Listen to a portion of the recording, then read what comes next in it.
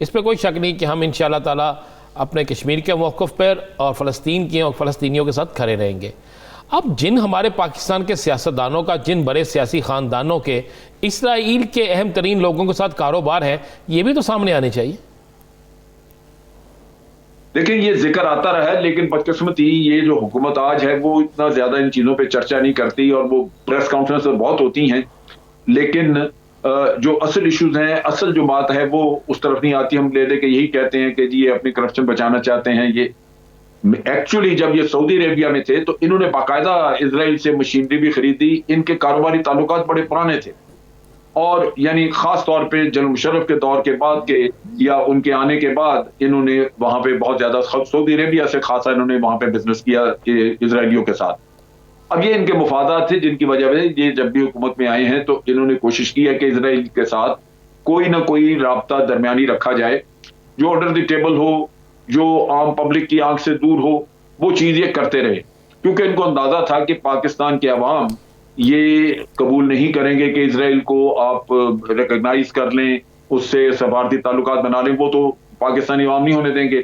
لہذا انہوں نے اپنے ذاتی ارینجمنٹ کے تحت ان کے ساتھ رکھا ہوا تھا، اور کوشش کرتے رہے کہ ڈیلیگیشن بھیج کے ایک ایسی انڈرسٹینڈنگ ڈیولپ ہو جائے جہاں سفارتی تعلقات تو بے شک سامنے نظر نہ آئیں، لیکن باقی ہر طرح کے تعلقات نیچے آپ کے فنکشنل رہیں.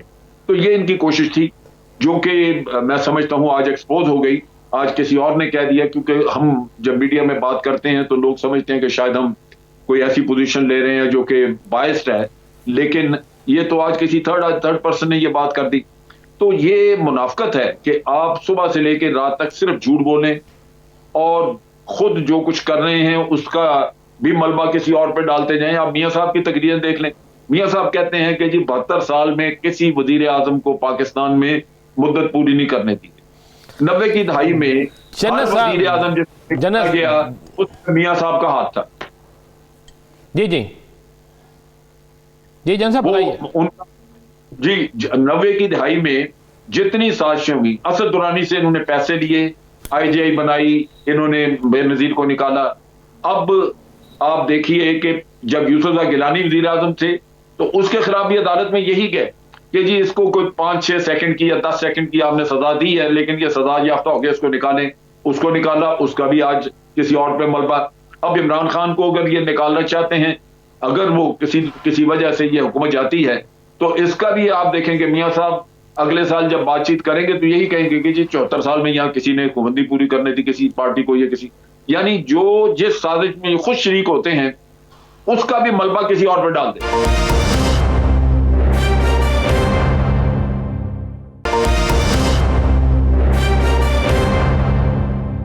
جنرل صاحب، ہمارے پاکستان کے اندر سیاست ہے، سیاست ہو رہی ہے، سیاستدان سیاست کرتے ہیں، لیکن یہ کیا طرز حکمرانی ہے، یہ کیا طرز سیاست ہے کہ آپ خود تو ہر برا کام کریں لیکن اس کا ملبہ دوسرے پہ ڈالنا شروع کر دیں؟ اور کب تک ایسا چلتا رہے گا؟ کیا پاکستان کے اندر طرز حکمرانی تبدیل ہوگا، طرز سیاست تبدیل ہوگا؟ دیکھیں یہ مشکل ہے یہاں پہ. اس کی وجہ یہ ہے کہ ہم نے کبھی بھی اس سیاست کو پوری طرح صاف کرنے کی کوشش نہیں کی. آج بھی وہ غلامان جو ہیں وہ ان کو اٹھا کے آپ دیکھ لیجئے کہ میں نے پکچر دیکھی، ایک گھر سے باہر نکل رہی ہیں مریم، اور باہر دربان کی طرح شاید خاقان عباسی کھڑے ہیں جو پاکستان کے وزیر اعظم رہ چکے ہیں، ہاتھ باندھ کے. اور قائرہ صاحب جو منجھے ہوئے سیاستدان وہ کہتے ہیں جی میں آصفہ بھٹو آ گئی اب سیاست میں، اب تو میں اس سے سیاست سیکھوں گا. آپ امیجن کریں کہ اتنے سال آپ کیا کرتے کیا رہے ہیں. تو یہ جو غلامانہ ذہنیت ہے اس نے ان کو زندہ رکھا ہوا ہے، ورنہ یہ اس قابل قطن نہیں ہے کہ ان کو کوئی 10 منٹ کے لیے بھی لیڈر قبول کرے. جنرل صاحب آپ یہ دیکھیں کہ ہم ترقی پذیر ممالک میں شمار ہوتے ہیں. اگر ترقی یافتہ ممالک ہوں اور وہاں پہ ایسے بیانات دیے جائیں ایسے ممالک کے بارے میں جنہیں وہ تسلیم نہ کرنا چاہتے ہوں یا جن سے روابط بہتر نہ ہوں اور عوام روابط بہتر نہ ہونے پر خوش ہوں، وہاں پہ ایسے بیان ہوں تو اقدامات کیا ہوتے ہیں، اور یہاں پہ ایسے ہوں تو خارجہ محاذ پہ کس قسم کی خفگی کا سامنا اٹھانا پڑتا ہے؟ دیکھیں بات یہ ہے کہ اگر تو اس طرح کے بیانات کسی ایسے معاشرے میں ایسی جگہ پہ ہوں جہاں شعور ہو، بہت بہتر شعور ہو، تو آپ دیکھیں گے کہ ان لوگوں کو پبلک ایسا کنفرنٹ کرے گی کہ یہ اپنا سر چھپاتے پھریں گے. لیکن یہاں معاشرے کی جو حالت ہے وہ بڑی مختلف ہے. آپ اس کو دیکھیے کہ پاناما کا کیس جب چل رہا تھا تو میاں نواز شریف صاحب نے منی ٹریل کی بجائے مریم اور نواز صاحب نے جعلی کاغذات وہاں پہ دیے. لوگوں کو کہتے ہیں کہ ہمیں اقامہ پہ نکالا, جعلی. آپ سوچئے کہ حلف کے نیچے حلف اٹھا کے کوئی سٹنگ پرائم منسٹر جب یہ حرکت کر دے, کسی بھی آپ ایسے معاشرے میں دیکھ لیں جہاں کچھ اخلاقیات موجود ہوں گی, وہ شخص منہ دکھانے کے قابل نہیں رہے گا باہر, لوگ اس کا منہ نہیں دیکھنا چاہیں. یہاں وہ خود بھی دن دن آ رہے ہیں, کبھی کسی کو کچھ کہتے ہیں, کبھی, اور باقی تو آپ دیکھ ہی لیجئے غلامان جو ہیں وہ تو آپ سر پہ بٹھا کے پھر رہے ہیں. تو یہ بڑا المیہ ہے کہ یہاں پہ معاشرے میں ہر طرح کا جھوٹ, ہر طرح کا فراڈ, ہر طرح کے جعلی کام یہ چل جاتے ہیں اور دیدہ دلیری سے چلتے ہیں. یہ ہمارے اخلاقیات کا جنازہ ہے جس کی وجہ سے آج آپ کو یہ ٹویٹ بھی دیکھنا پڑا اور آئندہ بھی دیکھیں گے آپ. جنرل صاحب, جندال کے ان کے تعلقات سب کے سامنے ہیں. جندال کون ہے, اس کا حکومت, بھارتی حکومت کے اندر کیا کردار ہے, بھارتی اداروں, خفیہ اداروں جو پاکستان کے اندر دہشت گردی کی وارداتیں کرتے ہیں, دہشت گردوں کو سپورٹ کرتے ہیں, ان کے ساتھ اس کا کیا کردار ہے. تو جب ایک حکومت میں ہو اور حکومت میں ہونے کے بعد ایسے لوگوں سے ملتے ہوں, ایسے لوگ ان کے پاس آتے ہوں, تو کیا اب یہ ملک کی سالمیت کے لیے خطرہ نہیں؟ اور اگر ملک کی سالمیت کے لیے خطرہ ہے تو پھر اس وقت خاموشی کیوں؟ دیکھیے, ان کے جتنے بھی کام ہیں وہ ملک کی سالمیت سے, اکثر چیزیں جو ہیں ملک کی سالمیت سے ان کا ٹکراؤ ہے, وہ ملک کی سالمیت کے خلاف ہے. آپ ڈان لیکس والا قصہ دیکھ لیجئے, اس میں جو سینس تھی, جو چیز کنوے کی گئی تھی وہ یہ تھی کہ حکومت تو ان اداروں کو, یہ جو پرسکرائبڈ آرگنائزیشنز تھیں ان کو روکنا چاہتی ہے, لیکن فوج یہ کام نہیں کرنے دیتی, ISI یہ کام نہیں کرنے دیتی. بھارت نے تو نوٹ کیا ہوا تھا اس کا, آپ نے دیکھا کہ انٹرنیشنل کورٹ آف جسٹس میں ان کے وکیل نے یہی کہا کہ جی ان کے وزیر اعظم نے یہ کہا کہ یہ ہمیں کیا بمبے میں بھیجنے چاہیے تھے یہ لوگ. تو اس میں کون سا ہے, ملک کی سلامتی کی خرابی ہیں یہ ساری باتیں. تو جنرل صاحب, آپ کیا سمجھتے ہیں کہ اس وقت خطے کے جو دوست ممالک ہیں ہمارے, یا خطے کے جو دیگر ممالک ہیں جنہوں نے انویسٹمنٹ کی غرض سے اسرائیل کو تسلیم کر لیا یا روابط بڑھا لیے, کیا ان کا بھی اثر و رسوخ یا دباؤ پاکستان پر ہے, جبکہ پاکستان اپنے اصولی موقف کو پھر سے واضح کر چکا ہے کہ ہم اسرائیل کو تسلیم نہیں کریں گے؟ دیکھیے, جہاں تک کسی کے اثر و رسوخ کا تعلق ہے, میرا خیال ہے یہ جو موجودہ گورنمنٹ ہے یہ اس طرح نہیں کرے گی, اثر و رسوخ تسلیم نہیں کریں گے, کیونکہ ہم نے ان کی فورن پالیسی اور ان کے رویے میں دیکھا ہے کہ یہ اپنے آپ کو امریکہ سے منسلک نہیں کرتے اس طرح کہ جہاں یہ امپریشن ملے کہ ان کی حکومت قائم ہے اس لیے کہ امریکہ کی خوشنودی کرتے ہیں, یہ وہ چیز یہاں نظر نہیں آتی. صحیح. اسی طرح سعودی عربیہ کا ہے, یا اور ہمارے جو مسلمان ملک جو ہمارے جن سے بڑے گہرے تعلقات ہیں, انہوں نے اگر بھارت کے ساتھ یا کسی اور کے ساتھ تعلقات رکھے ہیں تو ہم اعتراض نہیں کرتے. ہم اگر اسرائیل کے ساتھ تعلقات نہ رکھیں تو وہ اعتراض نہیں کر سکیں گے, کیونکہ یہ ایک ایسا ارینجمنٹ ہے کہ ہم دوسرے کو باندھنا نہیں چاہتے. ہمارا تعلق اپنے طور پہ انڈیپینڈنٹ ہے, ہمارے دفاعی تعلقات بڑے مضبوط ہیں سعودی عربیہ کے ساتھ, ہمارے ٹروپس ہیں وہاں پہ. جب ہماری بنیاد اور ہے اور بہت کچھ ہے ان کے ساتھ, اور پھر آپ سوچئے کہ پاکستانی سعودی عرب کے بارے میں ایک آپ کہہ لیجیے کہ ایک دینی فریضہ سمجھتے ہیں کہ ہمیں اس سرزمین کی حفاظت کرنی ہے, تو اس لحاظ سے سعودی عربیہ کو بھی یہ پتا ہے کہ جتنے اس معاملے میں پاکستانی جذباتی ہیں اور اعتماد ان پہ کیا جا سکتا ہے وہ اپنے کسی عرب ملک میں بھی نہیں کر سکتے. تو نتیجہ یہ کہ آپ اپنی پوزیشن اپنے ساتھ ان کے ساتھ ملا کے جو آپ نے ایکویشن رکھی ہوئی ہے وہ ڈسٹرب نہیں ہوگی ان چیزوں سے. یعنی ہمارے تعلقات کی نوعیت ایسی ہے کہ وہ کچھ مختلف ہے, دباؤ کسی کا نہیں ہو سکتا, اور امریکہ سے یہ حکومت ڈکٹیشن نہیں لے رہی. بہت شکریہ.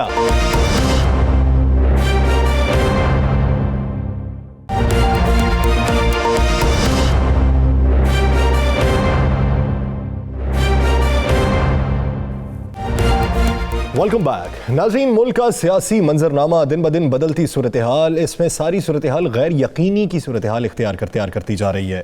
ایک جانب وزیر اعظم عمران خان کو معاشی اشاریے درست سمت میں گامزن دکھائی دیتے ہیں, تو دوسری جانب اپوزیشن کو اداروں کی تباہی اور معیشت کی خرابی دکھائی دے رہی ہے.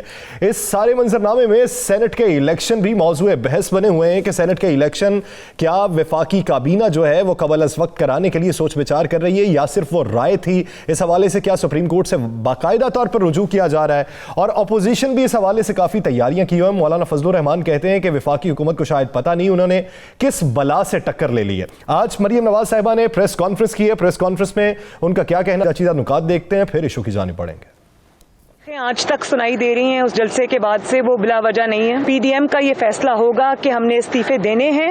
کب دینے ہیں؟ شہباز شریف صاحب نہ صرف اس کے ساتھ ہیں بلکہ وہ اس کو سپورٹ بھی کریں گے. پہلے دن سے ان کے ساتھ نہ کوئی بات چیت ہونی چاہیے تھی, نہ ان کو کسی چیز پہ سپورٹ کرنا چاہیے تھا. اب وہ وقت گزر گیا, لیکن اب نہ ان سے کوئی بات چیت ہونی چاہیے نہ ہوگی. ویڈیوز کبھی دفن نہیں ہوتی. میڈم یہ بتا دیجیے گا وہ وقت آنے پہ جب میاں صاحب مناسب سمجھیں گے وہ اس کو استعمال کریں گے. اور سب سے بڑا میاں صاحب کی بے گناہی کا ثبوت اس ویڈیو میں ہے. میاں صاحب کی بے گناہی کا ثبوت اس ویڈیو میں بیشتر پھر الزامات لگا دیے. اسی بارے میں بات کرنے کے لیے پاکستان تحریک انصاف کے سینئر رہنما علی محمد خان صاحب نے ہمیں جوائن کیا ہے. خان صاحب بہت شکریہ آپ کے وقت کا. علی محمد صاحب, جس طرح کی اپوزیشن اس وقت تیاریوں میں دکھائی دیتی ہے, مریم نواز صاحبہ یہ کہتی ہیں شہباز شریف ایک پیج پر ہے, جب نواز شریف کہیں گے استعفیٰ دے دیا جائے گا, ہم سینٹ کے الیکشن سے پہلے بھی ہم اپنی تیاریاں کر لیں گے. وہ یہ کہتے ہیں آپ کو اپنے M N As M P S پہ بھروسہ نہیں ہے, آپ تو اپنی خاطر شو آف ہینڈز لائیں. بسم اللہ الرحمن الرحیم. اللہم صلی وسلم مبارک علی سیدنا محمد رسول اللہ خاتم النبیین صلی اللہ علیہ وآلہ وصحبہ وسلم. بہت شکریہ. میں سمجھتا ہوں کہ بڑا نامناسب اور امچور رویہ ہے مریم نواز شریف صاحبہ کا. شاید ان کی پولیٹیکل گرومنگ اس طرح سے نہیں ہوئی, یا پولیٹیکل میچورٹی نہیں ہے, یا وہ ایک پولیٹیکل پروسیس سے ہو کے نہیں گزری. شو آف ہینڈز ہمیشہ اپوزیشن کو سوٹ کرتا ہے. وہ حکومت جو انڈر آرم ٹیکٹکس یوز کرے, یا پیسہ یا طاقت یا بلیک میلنگ یوز کرے, جو مسلم لیگ نواز کا بدقسمتی سے شاخسانہ رہا, تو ان کو ہمیشہ حکومت کو سوٹ کرتا ہے کہ سیکرٹ بیلٹ ہو, کیونکہ وہاں آپ وفاداریاں لوگوں کی کمپرومائز کر سکتے ہیں. عمران خان وہ آدمی ہیں جنہوں نے دنیا کا کرکٹ کا کلچر چینج کیا. کرکٹ جو پاکستان کا ایک طرح سے آپ اس کو سمجھ سکتے ہیں کہ ایک بہت بڑا سپورٹ ہے. اس زمانے میں پاکستان جب آیا, بڑا رسک لیا وزیر اعظم صاحب نے. اس زمانے جو کیپٹن تھے, اسکپر تھے پاکستان کے, نیوٹرل امپائرز لے کے آئے. اگر خدا نہ خواستہ وہ سیریز پاکستان ہار جاتا, سب لوگوں نے عمران خان کو بلیم کرنا تھا. لیکن آج پوری دنیا میں نیوٹرل امپائرز ہیں. اسی طرح عمران خان صاحب رسک لے رہے ہیں. حکومت میں آ کے کبھی بھی کوئی ٹرانسپیرنسی اور اکاؤنٹیبلٹی کی بات نہیں کرتا. شو آف ہینڈز اگر ہوگا تو اس کا تو فائدہ سب سے پہلے پاکستان کے پولیٹیکل کلچر کو ہے, اور دوسرا اس کا اپوزیشن کو ہے. پولیٹیکل کلچر کو فائدہ ایسا ہے کہ میں خود پاکستان میں بحیثیت منسٹر پارلیمانی امور کے جاتا ہوں. میں نے ہمیشہ دیکھا کہ سینٹ میں زیادہ تر قابل لوگ موجود ہیں. کچھ لوگ ایسے ضرور ہوں گے, میں کسی کا نام نہیں لینا چاہتا یا نہیں لے سکتا, جو پیسہ لگا کے آئے ہوں, لیکن اکثریتی لوگ پولیٹیکل ورکرز ہیں یا پراپر ٹیکنوکریٹس ہیں, قابل لوگ ہیں. کچھ لوگوں کی وجہ سے, چند گندے انڈوں کی وجہ سے ہمارا پورا ایک نظام پہ ایک داغ ہے. تو اگر وہ صاف ہوتا ہے تو اس میں تو سب کا فائدہ ہے. پولیٹیکل پروسیس کلیئر ہوگی, میچور ہوگی, اور کریڈیبلٹی. علی محمد خان صاحب, آپ نے شو آف ہینڈ کے حوالے سے جو بات کر رہے ہیں, اس کے لیے آپ کو آخر پارلیمنٹ میں جانا پڑے گا, اور پارلیمنٹ سے ہی ان تمام چیزوں کو منظور کروانا پڑے گا. تو کیا اس کے لیے آپ کی تیاری موجود ہے, اور پارلیمنٹ کا اجلاس کب بلا رہے ہیں, اور کیا اسی اجلاس میں اس چیز کو لے کر آئیں گے؟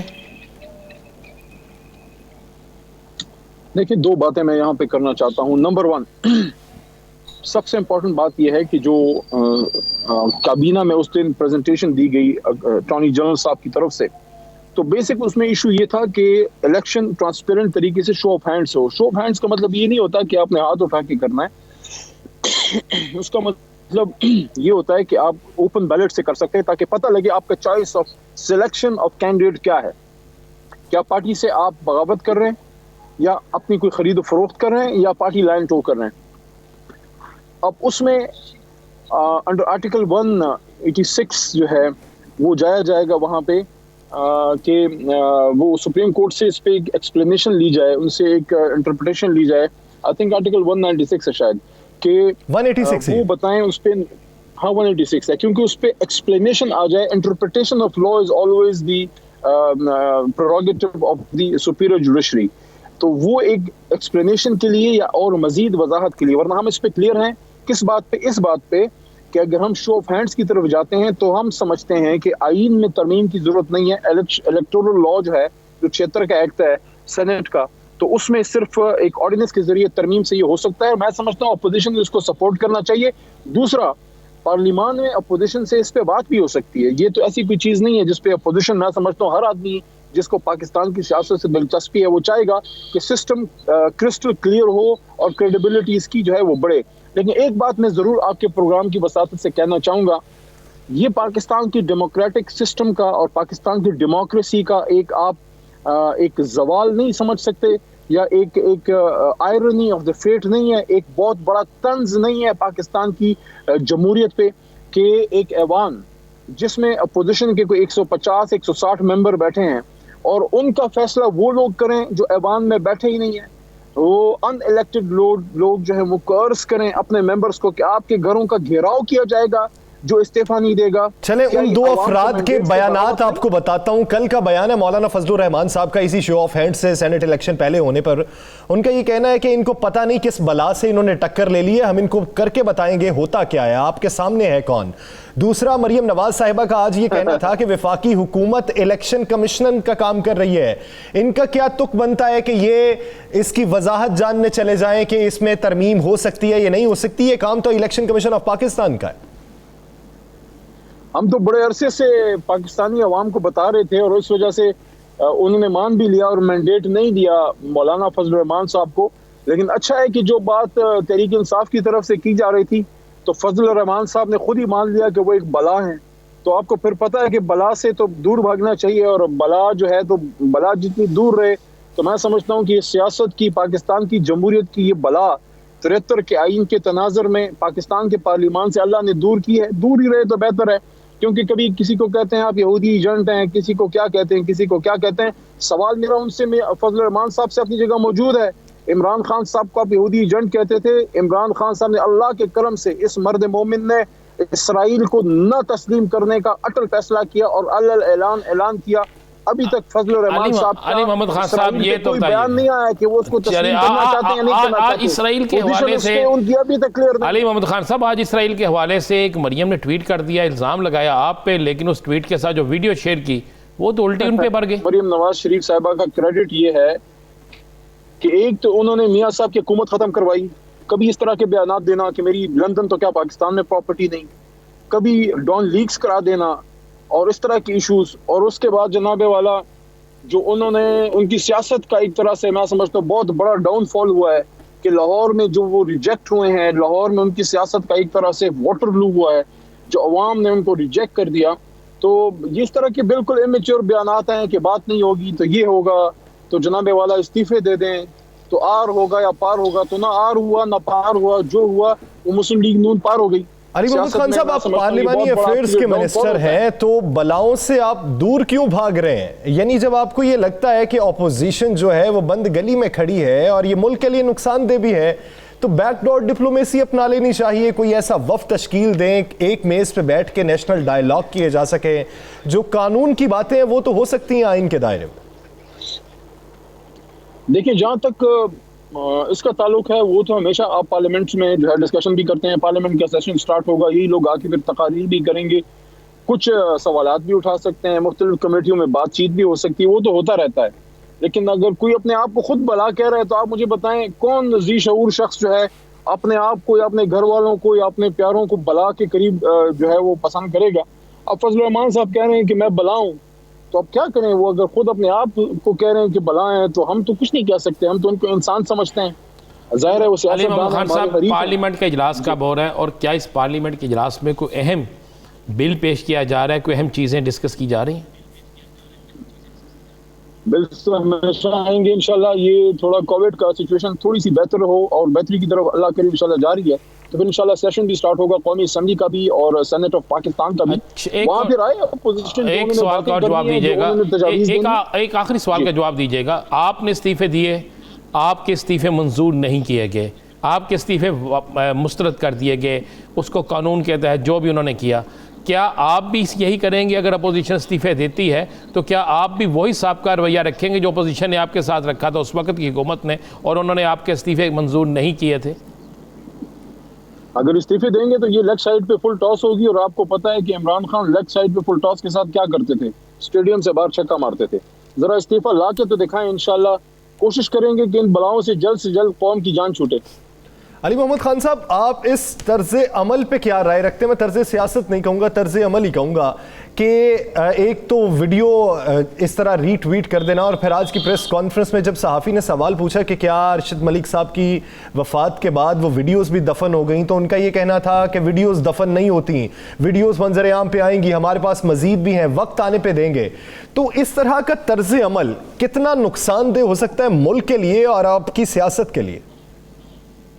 جن کی سیاست کی بنیاد ہی بلیک میلنگ پہ ہو, تو جو ویڈیو بلیک میلنگ کے لیے بنی ہے, تو میں تو بالکل کہوں گا کہ انہوں نے صحیح بات کی ہے. جو بلیک میلنگ کے لیے انہوں نے ویڈیوز رکھی ہوئی ہیں, تو وہ کیوں اس کو ہٹائیں گی؟ انہوں نے یوز کرنا ہے, انہوں نے اس کے لیے جو ہے اپنا کردار ادا کرنا ہے. ماضی میں انہوں نے بلیک میل کیا بینظیر بھٹو صاحبہ کو, نصرت بھٹو صاحبہ کو, مختلف ججز کو بلیک میل یہ لوگ کرتے رہے.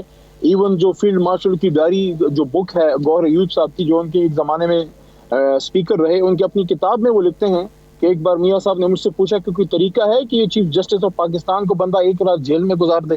تو یہ اس طرح کی مینٹیلٹی ہے, تو ظاہر ہے انہوں نے وہی کرنا ہے. تو اگر انہوں نے ویڈیوز بلیک میلنگ کے لیے رکھی ہوئی ہیں, تو آپ کیا میرے کہنے پہ یا کسی صحافی کے کہنے پہ تو وہ ضائع کرنے سے رہے, وہ اس کو اپنے مقصد کے لیے یوز کریں گے, جو ان کا کام ہے وہ کریں گے. یعنی یہ طرز سیاست ان کا اس وقت موجودہ نہیں ہے, بلکہ پہلے سے ہی طرز سیاست یہ اور بلیک میلنگ کی سیاست کرتے ہیں. مسلم لیگ نواز کے بارے میں, میاں صاحب کے بارے میں یہ بات ان کے بدترین حریف اور بہترین حلیف بھی یہ بات کرتے تھے, ان کے ناقدین بھی یہ بات کرتے تھے کہ ضرورت پڑنے پہ جو ہے ان کا جو ہاتھ ہے وہ آپ کے گلے میں ہوتا ہے, اور اگر اس سے کام نہ بنے تو پیروں پہ چلا جاتا ہے. تو بلیک میلنگ وغیرہ کرنا ان کی سیاست کا چھنگا مانگا سیاست ہے, وہ شاخسانہ رہا ہے. اگر میچور سیاست کرنی ہے, پارلیمنٹ میں ہے, وہاں پہ اپنے جو بھی کوئی تجاویز ہیں, ویسے کیا تجاویز دینی ہے؟ جو 3 بار حکومتیں کر کے پاکستان کو تباہی کے دہانے پہ پہنچا گئے. جب ہماری حکومت آئی تو آپ کے پاس 1 مہینے کا فارن ایکسچینج ریزرو نہیں تھا. تو جو پہلے اپنی حکومت میں ملک کا کوئی بھلا نہیں کر سکے, آپ کیا سمجھتے ہیں کہ اپوزیشن میں آ کے انہوں نے حکومت کا بھلا پھر بھی اگر جمہوری عمل کی بہتری کے لیے کوئی تجویز ہے تو پارلیمنٹ کا فلور موجود ہے, پارلیمنٹ میں جانا چاہیے, وہاں پہ بحث کرنی چاہیے, اور جو تجویز مقصود ہے اسی پر بات کرنی چاہیے. بہت شکریہ علی محمد خان صاحب اس حوالے سے اپنا وقت دینے کے لیے. آگے بڑھیں گے اور بات کریں گے مولانا فضل الرحمان کے دورہ کراچی کی. مولانا فضل الرحمان دورہ کراچی میں کیا صرف اپنی مصروفیات اپنے قائدین سے ملنے میں رکھیں گے, یا پھر بلاول بھٹو زرداری سے جو ہونے والی ملاقات میں اس نے سینٹ الیکشن کے حوالے سے بات چیت ہوگی جو قبل از وقت کرانے کے لیے حکومت سوچ بچار کر رہی ہے؟ رانا صاحب, کیا ایجنڈا ہوگا, تیاری کیا ہے؟ میرے پاس جو اطلاع ہے وہ یہ ہے کہ مولانا فضل الرحمان کو اسی وقت پریشانی لگ گئی جب بلاول بھٹو زرداری اور میاں شہباز شریف کی ملاقات ہوئی. شہباز شریف اور بلاول کی ملاقات کے بعد ان کے پاس جو اطلاع گئی کہ معاملہ کسی اور طرف جا رہا ہے, معاملہ ڈائیلاگ کی طرف جا سکتا ہے, معاملہ استعفے نہ دینے کی طرف جا سکتا ہے, معاملہ استعفوں کو ڈیلے کرنے کی طرف جا سکتا ہے, اور ان کے ذہن میں یہ ہے کہ ہو سکتا ہے کہ معاملہ کسی اور طرف جا رہا ہو اور پھر ان کے ساتھ کوئی خات ہو جائے. جس کے بعد مولانا صاحب نے ایک گلہ کیا مریم سے کہ بلاول کو آپ کے ساتھ افسوس کرنے کے بعد جیل میں جانے کی کیا ضرورت تھی افسوس کرنے کی, اور جیل میں افسوس میں اتنا ٹائم کیوں لگایا گیا, اتنا وقت وہاں پہ کیوں لگا, اور باہر آ کر اپنی وضاحتیں پیش کیوں کی کہ ڈائیلاگز نہیں ہوں گے. جب آپ نے نہیں کرنے تو بس نہیں کرنے. ان کے اس کے بعد ذرائع کہتے ہیں کہ مولانا فضل الرحمان جو ہے انہوں نے بلاول پہ یقین کرنے جائے. آپ کو پتہ وہ بلاول سے ناراض ہے, مولانا فضل الرحمان بلاول سے ناراض ہے. بلاول جب ایاز صادق کے گھر 1 گھنٹہ 8 منٹ لیٹ پہنچے تو اس وقت بھی انہوں نے شکوہ کیا ہے. اور اس کے بعد اب مولانا فضل الرحمان کراچی کو سیر کرنے نہیں گئے, نہ سمندر پہ کھڑے بیٹھ کے کوئی مچھلی کھانی ہے انہوں نے, یا سر وہ کراچی گئے ہیں. بیسک ان کا جو کراچی کا ٹور ہے وہ آصف علی زرداری سے ملاقات ہے اور بلاول سے وضاحت لینا ہے. یہ میں آپ کو بالکل مصدقہ بات کہہ رہا ہوں. یہ ان سے وضاحت بھی لیں گے, یہ ان سے ملاقات بھی کریں گے, اور ان سے یقین دہانی بھی لیں گے کہ ان کے ساتھ پھر ہاتھ نہ ہو جائے. یعنی بلاول کو اعتماد میں لینے, اعتماد بلاول کے بھی, زرداری کو اعتماد ملے گا, اصل زرداری کو, کہ جناب بلاول سے پوچھیں ملاقات کیا ہوئی ہے, اصل بات بتائے, اور اس کے بعد یہ یقین دہانی لیں گے کہ آپ استعفوں سے پیچھے نہیں بھاگیں گے, لیکن ہونا مولانا صاحب کے ساتھ ہاتھ ہی ہے. یہ جو لارکانہ میں ایک جلسہ ہو رہا ہے نا, آپ کو پتہ نا آج لارکانہ میں ان کے بینر اتار دیے گئے, جی تو بڑا پھڈا ہوا وہاں پہ. تو یہ جو لارکانہ میں جلسہ ہونا, میں نے پہلے بھی کہا تھا یہ 27 کا جلسہ جو ہے نا یہ 30 والا جلسہ بن جائے گا. یعنی 27 کا جلسہ بڑا ہی ایسا جلسہ ہوگا جس میں PTM کے اندر بڑے اختلافات پیدا ہو جائیں. چلیں دیکھتے ہیں کہ مولانا جو خواہشات لے کر گئے ہیں اور جو اعتماد میں لینے گئے ہیں، کیا وہ آصف علی زرداری صاحب یا بلاول بھٹو کو منا پاتے ہیں؟ آصف علی زرداری صاحب کو مفاہمت کا بادشاہ کہا جاتا ہے، کیا آصف علی زرداری صاحب مولانا کے کہنے پہ اپنا طرز سیاست تبدیل کر لیں گے؟ ناظرین وقت بتائے گا. دیگر ایشوز پر بات کریں گے ایک شارٹ بریک کے بعد. Stay with us.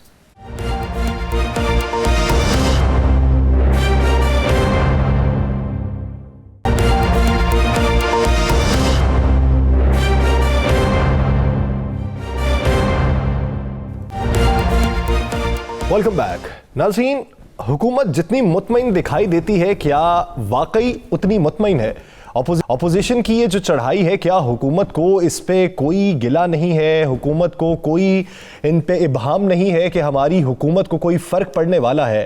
اپوزیشن کی اس تیاری پہ سینٹ الیکشن کے حوالے سے، شو آف ہینڈز کے حوالے سے، استعفوں کے معاملے کے حوالے سے تیاریاں کیا ہیں؟ پاکستان مسلم لیگ نون پنجاب میں کس حد تیار ہے؟ اسی بارے میں بات کریں گے. سینئر رہنما پاکستان مسلم لیگ نون رانا ثناء اللہ صاحب نے ہمیں جوائن کیا. رانا ثناء اللہ صاحب، بہت شکریہ آپ کے وقت کا.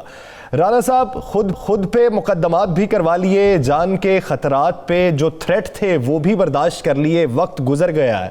آنے والے دنوں میں حوصلے پسپا ہوئے ہیں یا مزید بلند ہوئے ہیں، اور امید کیا ہے کہ اس تحریک کا نتیجہ کیا نکلے گا؟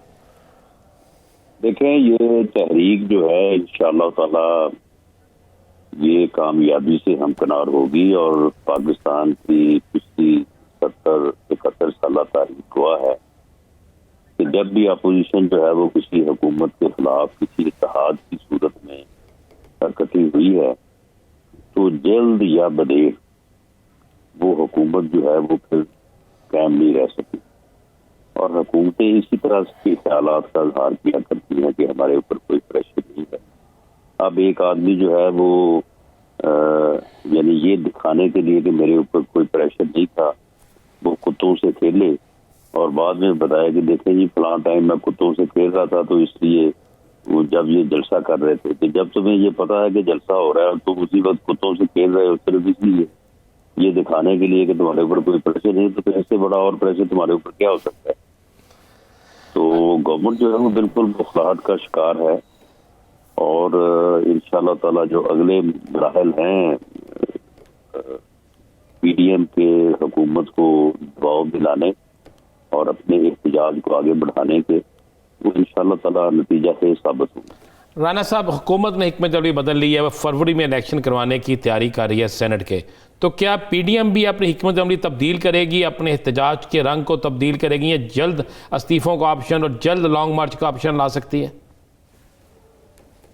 دیکھیں، یہ فیصلہ تو PDM کی جو ہے وہ سربراہی اجلاس میں ہی ہو سکتا ہے، لیکن میری ذاتی رائے میں جو سینٹ کا الیکشن ہے اس سے PDM کی اس تحریک کا کوئی سروکار نہیں ہے. PDM کی تحریک جو ہے وہ تو سینٹ کے الیکشن سے پہلے بھی جاری رہے گی اور اس کے بعد بھی جاری رہے گی، اور استعفوں کا جو آپشن ہے وہ اس حکومت کو اس بات پہ مجبور کرنے کے لیے ہے کہ فری اینڈ فیئر الیکشن کروائے جائیں، جنرل الیکشن کروائے جائیں ملک میں. اس میں یہ مطالبہ ہرگز نہیں ہے کہ آپ سینٹ کا الیکشن کروائیں یا نہ کروائیں. آپ نے بڑی اچھی بات کی رانا صاحب. اگر سینٹ کا الیکشن ہوتا ہے تو کیا اپوزیشن جماعتیں اور چلیں ادھر آ جاتے ہیں، مسلم لیگ نون اس میں حصہ لے گی؟ دیکھیں، یہ فیصلہ تو PDM کی جو ہے وہ قیادت ہی کر سکتی ہے. آپ ایک سیاسی رہنما، سیاسی کارکن، ایک MNA ہونے کے سیاسی، کیا کہیں گے اس پہ؟ میرا خیال ہے کہ نہیں لینا چاہیے. نہیں لینا چاہیے؟ میری رائے اگر رائے ہو تو جب ہم استعفوں کے موڈ میں چلے گئے ہیں تو پھر ہمیں سینٹ کے الیکشن میں حصہ لینے کی ضرورت نہیں.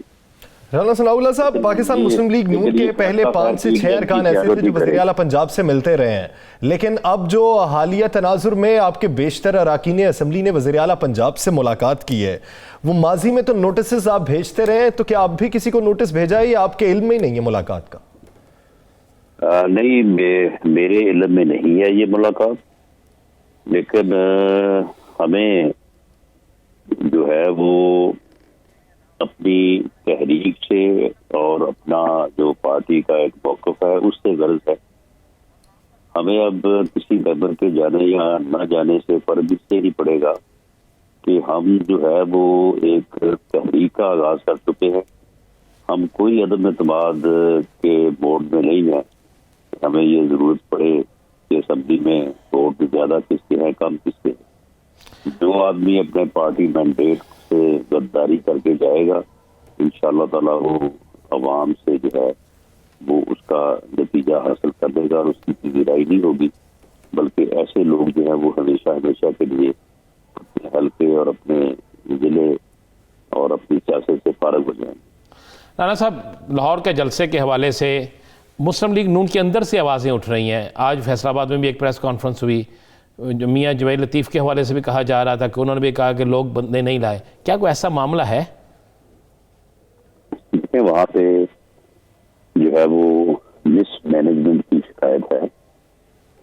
کوئی یہ نہیں کہہ سکتا کہ وہاں پہ لاہور میں یا پنجاب میں اس جلسے سے جو ہے وہ موبلائزیشن نہیں ہوئی. بہت زبردست موبلائزیشن ہوئی ہے اور بہت زیادہ دنیا لاہور سے بھی اور بیرون لاہور سے بھی جو ہے وہ اس جلسے کے لیے پہنچی ہے. لیکن وہاں پہ مس مینجمنٹ تھی, وہاں پہ لائٹنگ کا کوئی ارینج نہیں تھا. میں خود پنڈال میں بیٹھ کے میں نے جلسہ سارا سنا ہے, تو وہاں پہ ساؤنڈ سسٹم جو ہے وہ براہ راست مناظر تو ہم نے بھی دیکھے تھے. انصار الاسلام نے جب آپ کو روکا تھا اور وہ بحث و تکرار کے بعد پھر اندر جانے کی اجازت دی گئی. لیکن چودھری شیر علی صاحب کیا کہتے ہیں؟ انہوں نے تو آپ کا نام لے کے کہا کہ پنجاب کے صدر ہیں اور خود مجمع ساتھ لے کے گئے نہیں, عوام ان کے ساتھ تھے نہیں, اکیلے ہی نکل گئے. نہیں, انہیں کیا پتا کہ میرے ذمے کیا تھا اور میں نے کیا کیا. وہ اپنی عمر کے جس حصے اور جس ذہنی کیفیت میں ہیں تو ان کے متعلق کیا بات کرنی ہے. اللہ تعالیٰ ان کو صحت دے اور تندرستی دے. تو رانا صاحب, یہ حالیہ صورتحال میں بلاول بھٹو زرداری صاحب نے شہباز شریف صاحب سے جو ملاقات کی ہے اس کے بعد بہت سی باتیں منظر عام پہ آتی رہیں کہ شاید شہباز شریف صاحب انہیں مفاہمت کی دعوت دیتے رہے کہ استعفوں کا آپشن بعد میں رکھنا چاہیے, یا پھر یہ ہے کہ وہ شہباز شریف صاحب کے قائل ہو چکے ہیں کہ واقعی اس طرح کرنا چاہیے. اصل معاملہ ہے کیا, حقائق کیا ہیں کہ ملاقات میں کون سی باتیں ڈسکس ہوئی تھیں؟ ملاقات میں کوئی بات نہیں ہوئی. صحیح. اس کی وجہ یہ ہے کہ ملاقات کا جو کمرہ ہے اس کے متعلق پیپلز پارٹی کے وفد کو بھی پوری طرح سے یقین تھا کہ وہ بگ ہے, اور وہاں پہ جیل کے 2 افسر جو ہے وہ اس ملاقات کے درمیان میں بیٹھے تھے. تو اس صورت میں کوئی سیاسی اسٹریٹجی جو ہے وہ ڈسکس ہو ہی نہیں سکتی. تو وہاں پہ کوئی ایسی بات نہیں ہوئی, اسی لیے اس قسم کی کیا سرائیاں ہو رہی ہیں. اچھا رانا صاحب, ایک تو یہ بتا دیں لانگ مارچ کب تک متوقع ہے؟ متوقع تاریخ دے دیں کوئی. میرا خیال ہے کہ فروری کے پہلے ہفتے, یا 5 سے 10 فروری تک یہی کا سنا جا رہا ہے. ہاں میرا خیال ہے یہی. لانگ مارچ جب شروع ہوگا تو وہ ہفتہ 10 دن تو لے گا نا اسلام آباد پہنچ. اچھا, اس کا مطلب آپ راستے میں سٹے کرتے کرتے جائیں گے. اور کیا یہ long march G T road سے لاہور سے جائے گا؟ نہیں, جس دن لاہور سے چلے گا اس دن تو انشاءاللہ تعالیٰ اگلی شام کو پھر پہنچ جائے گا وہاں پہ اسلام آباد میں. لیکن یہ کراچی سے چلے گا. اچھا, یہ کراچی سے چلے گا, یہ سکھر سے چلے گا, یہ پشاور سے بھی چلے گا, یہ کوئٹہ سے بھی چلے گا.